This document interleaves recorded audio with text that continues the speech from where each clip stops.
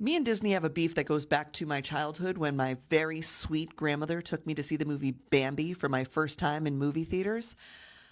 We left about 20 minutes into that film after they shoot Bambi's mother, and my grandmother said, "Well, that's enough movies for today." And I talk about the failure of that movie to talk about the failure of the newest Disney movie, the live action Lilo and Stitch. Did y'all see this movie? In the original film, the premise is Ohana means family, family means nobody gets left behind. So when the parents die, the older sister, Nani, takes custody of the little sister, Lilo. In this version of the film, the older sister, Nani, gives up custody of Lilo to the state. She becomes a ward of the state so that Nani can move to the mainland to pursue her dream of becoming a marine biologist, even though Hawaii has the best marine biology program.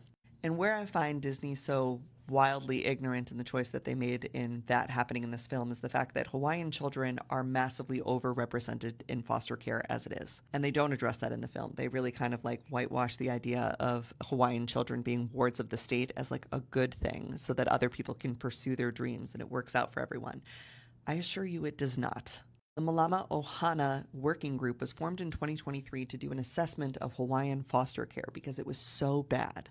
And they put out a 68-page report in which they reveal that the foster care system on Hawaii is not human-friendly.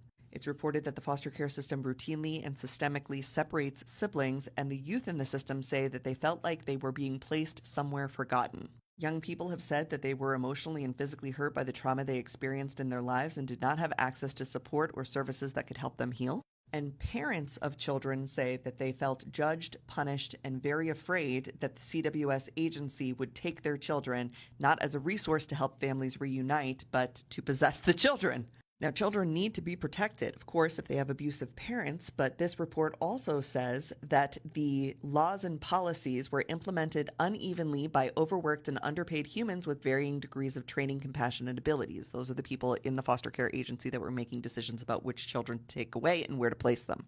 They also say that caseworkers are undertrained, undersupported, and overwhelmed, and that the foster care industry on Hawaii is not culturally competent to the ways of Hawaiian families and living. There have been children who have taken their own life while in the foster care system. So Disney coming out with a film that both represents siblings being separated, even though it was one sibling's choice, and the idea of the foster care system being the best option for the family is very, very, very insensitive to the truth of what's going on in the Hawaiian foster care system. And that's my beef with Disney for today.